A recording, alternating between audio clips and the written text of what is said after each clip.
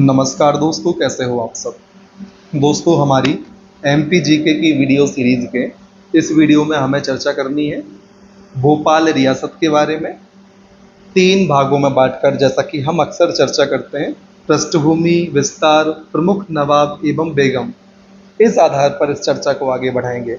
सबसे पहले भोपाल रियासत की पृष्ठभूमि को हम जान लेते हैं। दोस्तों, मुगल बादशाह औरंगजेब की मृत्यु के पश्चात मुगल पतन शुरू हो गया था और औरंगजेब के ही सेनापति दोस्त मोहम्मद खान ने भोपाल रियासत की रखी थी नींव। इतना तो क्लियर है भाई कि किसने नींव रखी थी भोपाल रियासत की, तो दोस्त मोहम्मद खान ने रखी थी, जो कौन था, औरंगजेब का सेनापति था। विस्तार की बात करें दोस्तों, तो भोपाल रियासत का विस्तार इस्लाम नगर, हुजूर फंदा, ओबेदुल्लागंज, भोपाल, सीहोर, रायसेन तक था। दोस्तों, इस रियासत की प्रारंभिक राजधानी इस्लाम नगर थी, बाद में भोपाल बना दी गई थी। तो इस बात को आपको जरूर ध्यान रखना है, शुरुआती दौर की राजधानी क्या हुआ करती थी, इस्लाम नगर हुआ करती थी। दोस्तों, समाचार के पन्नों की चर्चा कर लेते हैं, क्योंकि बाद में कहीं ये न्यूज छूट ना जाए। दोस्तों, सलेहा सुल्तान, दोस्तों सैफ अली खान की बुआ और भोपाल रियासत की राजकुमारी सलेहा सुल्तान का निधन जनवरी 2020 में हैदराबाद में हो गया था। कौन है भाई सलेहा सुल्तान? यह है भोपाल रियासत की राजकुमारी सैफ अली खां की बुआ जी। ठीक है। अब दोस्तों, प्रमुख नवाब एवं बेगम की चर्चा कर लेते हैं हम।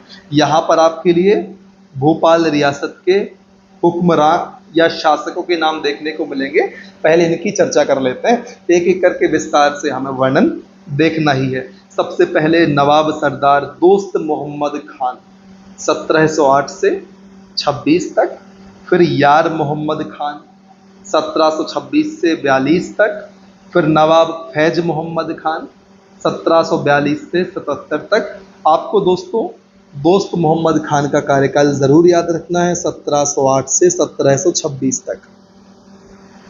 फिर हयात मोहम्मद खान 1777 से 1808, फिर नवाब गौस मोहम्मद खान 1808 से 1809, फिर नवाब वजीर मोहम्मद खान 1809 से 16, नजर मोहम्मद खान 1816 से 19, कुदसिया बेगम या गौहर बेगम, यहाँ से बेगमों का ताल चालू होने वाला है। तो दोस्तों, कुदसिया बेगम, गौहर बेगम 1819 से 37। फिर आते हैं नवाब जहांगीर मोहम्मद खान 1837 से 44। फिर दोस्तों सिकंदर जहां बेगम 1844 से 68, शाहजहां बेगम 1868 से 1901, फिर सुल्तान जहां बेगम, जिन्हें खुसरो जहां बेगम कहते हैं, 1901 से 1926। फिर नवाब हमीदुल्लाह खान 1926 से 1949 तक। ध्यान रखना है, नवाब हमीदुल्लाह खां कब से कब तक थे? 1926 से 49 तक थे। ठीक है। यहाँ पर यह भी ध्यान रखें, शाहजहां बेगम 1868 से 1901। मैंने फिर से क्यों कहा? मुझे लगा कि मैंने 1901 को कुछ और तो नहीं कह दिया। ठीक है, उम्मीद है इतनी चीज़ें क्लियर होंगी। अब विस्तार से एक एक शासक की चर्चा हमें करनी है, आपको ध्यान से सुनना है। और जो भी महत्वपूर्ण घटनाएं उनके समय में हुई, जो भी महत्वपूर्ण कार्य उनने किए, फिर चाहे वे साहित्यिक हों, स्थापत्य हों, सांस्कृतिक कार्य हों, जो भी उनकी चर्चा में करनी है। जो इम्पोर्टेंट आपको लगे उसको ध्यान रखना है। कोशिश करनी है सब कुछ ध्यान रहे, लेकिन मानवीय मस्तिष्क की एक सीमा होती है, उसके आधार पर आपको निर्णय लेना है, प्रयास करना है सारा कुछ याद रहे। ठीक है। सबसे पहले बात करते हैं दोस्त मोहम्मद खान की। 1708 से 1726 तक इनका कार्यकाल है। दोस्तों, जन्म हुआ था अफगानिस्तान के तिरहा में। औरंगजेब के सेनापति के रूप में शामिल हुए भारत में, और औरंगजेब की मृत्यु के बाद यह भोपाल के समीप बैरसिया परगना मंगलगढ़ में ठाकुर आनंद सिंह सोलंकी की यहाँ नौकरी करने लगे। दोस्तों, ठाकुर आनंद सिंह सोलंकी की मृत्यु के पश्चात उनकी संपत्ति दोस्त मोहम्मद खान को मिल गई, जिसकी आर्थिक स्थिति इसकी मजबूत हो गई। संपत्ति मिलने से दोस्त मोहम्मद खान की आर्थिक स्थिति मजबूत हो गई। 1715 की बात है। इसने भोपाल के समीप जगदीशपुर के शासक देवरा चौहान को पराजित कर अपना अधिकार कर लिया। भोपाल के जगदीशपुर का नाम इसने बदलकर इस्लाम नगर रखा। अब समझे होंगे भाई इस्लाम नगर क्या है।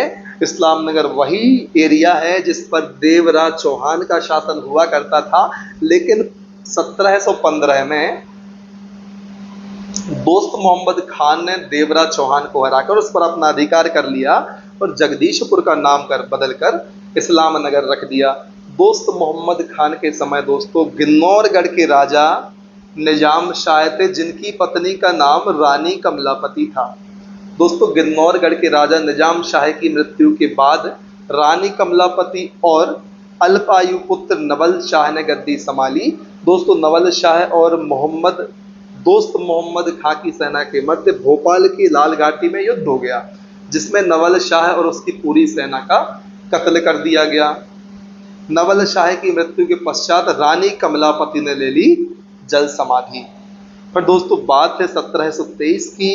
इस समय दोस्त मोहम्मद खान ने गिन्नौरगढ़, इस्लाम नगर, खिलचीपुर, सीहोर आदि क्षेत्रों को मिलाकर भोपाल रियासत की स्थापना कर दी। प्रारंभिक राजधानी की बात करें भोपाल रियासत की तो इस्लाम नगर दोस्त मोहम्मद खान की प्रारंभिक राजधानी हुआ करती थी। दोस्त मोहम्मद खान के द्वारा भोपाल में दोस्तों 2.5 सीढ़ी मस्जिद और फतेहगढ़ के किले का निर्माण करवाया गया। 1723 में ही दोस्तों हैदराबाद के निजाम ने इस्लाम नगर पर किया आक्रमण, जिससे दोस्त मोहम्मद खान ने कर दिया आत्मसमर्पण और अपने पुत्र यार मोहम्मद को निजाम के पास यारगमाल जमानत के रूप में रख दिया। ठीक। पर दोस्तों बात है 1726 की, जब दोस्त मोहम्मद खां की मृत्यु हो गई, जबकि अन्य स्रोतों में निधन की जानकारी 1728 मानी जाती है। यहाँ स्रोत भी लिखा हुआ है कि किस स्रोत में कहा है कि इसकी मृत्यु 1726 में हुई थी। दोस्तों जो दोस्त मोहम्मद खां है उसकी कब्र गांधी मेडिकल कॉलेज परिसर भोपाल में है। गांधी मेडिकल कॉलेज जीएमसी में है। ये तो बात हुई दोस्त मोहम्मद खां की। अब बारी आती है यार मोहम्मद खां की। 1726 से 42 26 में हुई दोस्त मोहम्मद खां की मृत्यु के बाद हैदराबाद के निजाम ने यार मोहम्मद खां यारगमाल जमानत से मुक्त कर भोपाल की गद्दी पर बैठाया। इसके समय भोपाल रियासत पर निजाम के हुक्म सर्वोपरि थे। दोस्तों 1737 में हुआ था भोपाल का युद्ध। किस किस के बीच में? जो भोपाल का युद्ध 1737 में हुआ था, इस युद्ध में बाजीराव पेशवा ने निजाम, मुगल और यार मोहम्मद खां की संयुक्त सेना को पराजित किया था। तो किस किस के बीच में युद्ध हुआ था? बाजीराव पेशवा और विरोध में कौन था? निजाम, मुगल और यार मोहम्मद खां। इनकी संयुक्त सेना को पराजित कर दिया था बाजीराव पेशवा ने। भोपाल युद्ध के परिणाम स्वरूप 1737-38 में दुराई सराय की संधि हुई, जिसमें निजाम ने मालवा प्रदेश के कुछ भाग मराठों को सौंप दिए। दोस्तों इसके समय यार मोहम्मद खां के समय 1737 में भोपाल का युद्ध हुआ, जिसमें बाजीराव पेशवा ने हैदराबाद के निजाम को पराजित कर डाला। और नादिर शाह के आक्रमण के समय दोस्तों भोपाल का नवाब कौन था? यार मोहम्मद खान था। इतना आपको ध्यान रख लेना है। यदि वीडियो में मज़ा आ रहा है, चीज़ें समझ में आ रही हैं, तो दोस्तों वीडियो को लाइक ज़रूर करना है। आप लोग के लाइक से हमें मनोबल मिलता है। आप लोग कंजूसी कर देते हैं तो हताशा हाथ लगती है। हालांकि प्रयास फिर भी हम लोग सारा का सारा करते हैं। ठीक है। फिर दोस्तों नवाब फैज मोहम्मद खां 1742 से 77 की बात कर लेते हैं। दोस्तों नवाब फैज मोहम्मद खां यार मोहम्मद खां के सबसे बड़े बेटे थे या पुत्र थे। अधिकांश जीवन नमाज में व्यतीत होता था इनका, या अधिकांश समय नमाज में व्यतीत होता था, इसलिए सूफी नवाब भी कहते हैं नवाब फैज मोहम्मद खां को। किससे कहते हैं सूफी नवाब? नवाब फैज मोहम्मद खान को। इनके शासनकाल में दीवान घासीराम ने गोहत्या पर प्रतिबंध लगाया था। इसके समय राहतगढ़ की जागीर भोपाल रियासत में शामिल की गई थी। इतनी चीज़ें क्लियर हैं। फिर हयात मोहम्मद खां 1777 से 1808 की बात करते हैं। दोस्तों फैज मोहम्मद खां की कोई संतान नहीं थी, जिस कारण उसका छोटा भाई हयात मोहम्मद खान गद्दी पर बैठा। 1795 में मराठा भोसले ने भोपाल रियासत के होशंगाबाद पर अधिकार कर लिया था। फिर बारी आती है नवाब गौस मोहम्मद खां 1808 और 9 की, मतलब 1808 से 1809 के मध्य इनका शासन रहा। दोस्तों गौस मोहम्मद खां एकमात्र नवाब था जो रायसेन किले में अधिक समय व्यतीत करते थे। फिर बारी आती है दोस्तों नवाब मोहम्मद खान की 1809 से 16। दोस्तों गौस मोहम्मद खां का वजीर मोहम्मद खान इनका उत्तराधिकारी हुआ। इसके शासनकाल में सिंधिया, भोंसले और पिंडारियों ने मिलकर आक्रमण किया, किंतु यह आक्रमण विफल रहा। मोहम्मद खां के बेटे नजर मोहम्मद खां का विवाह दोस्तों गौस मोहम्मद खां की बेटी गौहर बेगम से कराया गया। इतना आपको ध्यान रखना है। फिर चर्चा करते हैं नजर मोहम्मद खां की 1816 से 1819। दोस्तों वजीर मोहम्मद खान की मृत्यु के बाद उसका पुत्र नजर मोहम्मद खान शासक बना। ब्रिटिश सरकार और भोपाल रियासत के बीच वर्ष 1818 में रायसेन में एक संधि हुई थी। इस संधि में ब्रिटिश सरकार ने भोपाल रियासत को मान्यता दी थी। इसके बदले में भोपाल रियासत में ब्रिटिश सरकार को सीहोर में छावनी स्थापित करने के लिए स्थान दिया गया था। नजर मोहम्मद खान के समय की बात चल रही है। फिर दोस्तों क़ुदसिया बेगम 1819 से 1837, इनका कार्यकाल आप जरूर याद रखें। भोपाल की पहली महिला शासिका क़ुदसिया बेगम, जिसे गौहर बेगम भी कहते हैं, थी। फिर दोस्तों क़ुदसिया बेगम को गौहर बेगम के नाम से जानते हैं, हम जानते हैं। इन्होंने कितने क़ुदसिया बेगम ने भोपाल में गौहर महल और शौकत महल का निर्माण करवाया। इन्होंने भोपाल में जामा मस्जिद का निर्माण करवाया। यह मस्जिद लाल पत्थर से इस इंडो इस्लामिक वास्तुकला से निर्मित है। तो क़ुदसिया बेगम के लिए आप गौहर महल याद रखें, शौकत महल याद रखें, जामा मस्जिद याद रखें। ठीक है दोस्तों, भोपाल के हर यात्री के लिए मक्का मदीना में इमारतों का निर्माण कराया इन्होंने। क़ुदसिया बेगम ने पर्दा प्रथा पर प्रतिबंध लगाया और खुद ने पर्दा प्रथा का त्याग किया। क़ुदसिया बेगम ने इंजीनियर डेविड कुक की सहायता से भोपाल में पानी की पाइपलाइन बिछवाई। 1837 में अंग्रेजों ने इन्हें 5 लाख रुपए पेंशन लेकर राजकाज से अवकाश लिया। याद रखना है, क़ुदसिया बेगम ने 1837 में अंग्रेजों से 5 लाख पेंशन ली और राजकाज से अवकाश ले लिया था, रिटायरमेंट टाइप का ले लिया था। फिर दोस्तों नवाब जहांगीर मोहम्मद खां 1837 से 44। क़ुदसिया बेगम के बाद उत्तराधिकारी नजर मोहम्मद खां का भतीजा जहांगीर मोहम्मद खान बना। इसने भोपाल में नए क्षेत्र का निर्माण किया, जिसे जहांगीराबाद कहा जाता है। इसका विवाह क़ुदसिया बेगम की पुत्री सिकंदर जहां बेगम से हुआ। इन्होंने भोपाल में नूराबाग मस्जिद का निर्माण कराया। किसने कराया नूरबाग मस्जिद का निर्माण? तो नूरबाग मस्जिद का निर्माण नवाब जहांगीर मोहम्मद ने करवाया था भोपाल में। 7 साल के इनके शासनकाल के बाद लीवर सिरोसिस के कारण इनकी मृत्यु हुई। इनका मकबरा भोपाल पुलिस मुख्यालय परिसर में स्थित है। फिर बात करते हैं सिकंदर जहां बेगम की। दोस्तों 1844 से 1868 जहांगीर मोहम्मद खां की मृत्यु के बाद सिकंदर जहां बेगम शासिका बनी और सिकंदर जहां बेगम ने 1857 की क्रांति में अंग्रेजों का समर्थन कर डाला, जो कि गलत बात थी।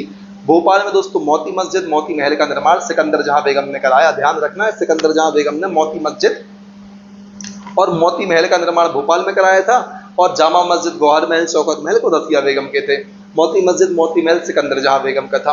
दोस्तों सिकंदर जहां बेगम के समय फाजिल मोहम्मद खां और आदिल मोहम्मद खां गढ़ी रायसेन ने 1857 की क्रांति में भोपाल रियासत से अंग्रेजों और बेगम के खिलाफ विद्रोह कर दिया था। किसने? गढ़ी रायसेन से फाजिल मोहम्मद खां और आदिल मोहम्मद खां ने। इनके समय फाजिल मोहम्मद को राहतगढ़ किले में फांसी पर चढ़ा दिया गया था और आदिल मोहम्मद खां तात्या टोपी से जाकर मिल गए थे। दोस्तों सिकंदर बेगम ने स्थायी सेना का गठन कर सैनिकों को प्रशिक्षित किया। कानून निर्माण हेतु मजलिस-ए-शूरा संसद का गठन किया। मजलिस-ए-शूरा किसने बनाई? सिकंदर जहां बेगम ने बनाई। भोपाल में डाक व्यवस्था, सिकंदरी प्रिंटिंग प्रेस, टकसाल का निर्माण कराया। नवंबर 1861 में बेगम को इलाहाबाद में स्टार ऑफ इंडिया का सर्वोच्च सम्मान दिया गया। यह बात भी आप ध्यान रख सकते हैं। 1861 में सिकंदर जहां बेगम को स्टार ऑफ इंडिया का सम्मान दिया गया था। फिर शाहजहां बेगम की बात करते हैं 1868 से 1901। सिकंदर जहां बेगम की मृत्यु के बाद पुत्री शाहजहां बेगम शासिका बनी। सबसे लंबा कार्यकाल इन्हीं का रहा है, ध्यान रखना है दोस्तों आपको। शाहजहां बेगम ने भोपाल में ताजुल मस्जिद का निर्माण कराया। इस मस्जिद का प्रांगण एशिया का सबसे बड़ा माना जाता है। भोपाल का मानचित्र तैयार कर जनगणना भी शाहजहां बेगम ने करवाई। दोस्तों भोपाल में इन्होंने सदर मंजिल और बेनजीर भवन का निर्माण कराया। शाहजहानाबाद की स्थापना की। बजट घाटे को सुधारने के लिए अफीम की खेती शुरू की। सदर मंजिल का निर्माण कराया भोपाल में। 1880 में बेगम शाहजहां ने लाल कोठी का निर्माण कराया। वर्तमान में है भोपाल में राजभवन के नाम से जानी जाती है। इन्होंने दोस्तों भोपाल में लेडी लैंसडाउन हॉस्पिटल, सुल्तानिया जनाना हॉस्पिटल और प्रिंस ऑफ वेल हॉस्पिटल अब हमीदिया के नाम से जानी जाती है, इसका निर्माण भी कराया था। फिर से देख लेते हैं क्या क्या करवाया था। दोस्तों भोपाल में 24 दरवाजों वाला गोल घर गुलशन ए आलम का निर्माण भी शाहजहां बेगम ने कराया था। क्या क्या कराया था? ताजुल मस्जिद का निर्माण, जिसका प्रांगण एशिया का सबसे बड़ा है, मानचित्र तैयार कर जनगणना करवाई, सदर महल, सदर मंजिल और बेनजीर महल का निर्माण कराया, शाहजहानाबाद बसाया, अतीम खेती प्रारंभ की बचत घाटा सुधारने के लिए, सदर मंजिल का निर्माण कराया, पहले ही देख लिया है, लाल कोठी का निर्माण कराया, लेडी लैंसडाउन हॉस्पिटल जिसे सुल्तानिया जनाना हॉस्पिटल कहते हैं और प्रिंस ऑफ वेल हॉस्पिटल अब हमीदिया हॉस्पिटल कहते हैं, ये निर्माण भी नहीं कराया शाहजहां बेगम ने। और भोपाल में गोलघर जिसे गुलशन ए आलम कहते हैं 24 दरवाजों वाला है, इसका निर्माण भी कराया। अब बारी आती है दोस्तों सुल्तान जहां बेगम खुयास खुसरो जहां बेगम की 1901 से 1926। दोस्तों शाहजहां बेगम की मृत्यु के बाद उसकी पुत्री शाहजहां बेगम शासिका नहीं दोस्तों सुल्तान जहां बेगम शासिका बनी। इन्होंने सदर मंजिल को अपना निवास स्थान बनाया। भोपाल में इन्होंने हमीदिया पुस्तकालय की स्थापना की। भोपाल में इन्होंने कई मदरसों की स्थापना कराई, जिसके कारण भोपाल को पहले बगदाद ए हिंद कहा जाता था। इन्हें अलीगढ़ मुस्लिम विश्वविद्यालय का पहला चांसलर कुलपति भी बनाया गया। औद्योगिक विकास के लिए भोपाल रियासत में इन्होंने शुगर मिल और कपड़ा मिल की स्थापना कराई। खुसरो जहां बेगम या सुल्तान जहां बेगम की चर्चा कर रहे हैं 1901 से 26 के बीच में। दोस्तों सुल्तान जहां बेगम शिक्षा की संरक्षक थी। इन्होंने सुल्तानिया बालिका विद्यालय और अलेक्जेंड्रिया नोबल स्कूल अब हमीदिया स्कूल के नाम से जाना जाता है, इसकी स्थापना कराई। तो सुल्तानिया बालिका विद्यालय और अलेक्जेंड्रिया नोबल स्कूल जिसे हमीदिया स्कूल कहते हैं, इसकी स्थापना सुल्तान जहां बेगम खुसरो जहां बेगम ने कराई। अब बात करते हैं नवाब हमीदुल्लाह खां की 1926 से 1949। दोस्तों सुल्तान जहां बेगम ने अपने पुत्र हमीदुल्लाह खां को भोपाल का नवाब नियुक्त किया। हमीदुल्लाह खां को इन्होंने इफ्तियार उल मुल्क राज्य के गौरव की उपाधि दी और भोपाल के अंतिम नवाब थे हमीदुल्लाह खां। दोस्तों इनकी पुत्री सजीदा सुल्तान को भोपाल बेगम का दर्जा दिया गया। दोस्तों सजीदा सुल्तान का विवाह हरियाणा के पटौदी इफ्तियार अली खां के हुआ। सजीदा सुल्तान के पुत्र मंसूर अली खां क्रिकेटर थे, जो सैफ अली खां अभिनेता के पिता हैं और तैमूर के दादा हैं। 30 अप्रैल 1949 को रियासत ने विलय किया गया या रियासत के विलय पत्र पर हस्ताक्षर किए गए। कब? 30 अप्रैल 1949 को। और 1 जून 1949 को भोपाल राज्य का विलय भारत संघ में कर दिया गया। तो ये तो हमने चर्चा कर ली। अब बात करते हैं लश्कर प्रस्ताव की। दोस्तों 1 दिसंबर 1948 की बात है। इस समय मध्य भारत संघ ने भोपाल के विलय का प्रस्ताव मध्य का भारतीय कांग्रेस कमेटी लश्कर में पारित किया था। 1 दिसंबर 1948 को मध्य भारत संघ ने भोपाल के विलय का प्रस्ताव मध्य भारतीय कांग्रेस कमेटी लश्कर में पारित किया था। इस प्रस्ताव को दोस्तों भोपाल जिला कांग्रेस कमेटी के द्वारा बाद में पुनः स्वीकार कर लिया गया। यह प्रस्ताव दोस्तों मास्टर लाल सिंह साहब के द्वारा दिया गया था। ये तो चर्चा कर ली। अब बात करते हैं भोपाल रियासत का स्थापत्य कला में योगदान। भाई किसने किस चीज का निर्माण करवाया? तो दोस्तों ढाई सीढ़ी मस्जिद और इस्लाम नगर शहर दोस्त मोहम्मद खां, गौहर महल जामा मस्जिद कुदसिया बेगम, मोती महल मोती मस्जिद सिकंदर जहां बेगम, नूरबाग मस्जिद जहांगीराबाद शहर नवाब जहांगीर मोहम्मद, फिर ताजुल मस्जिद बेनजीर भवन और सदर मंजिल शाहजहां बेगम, मिंटो हॉल सुल्तान जहां बेगम।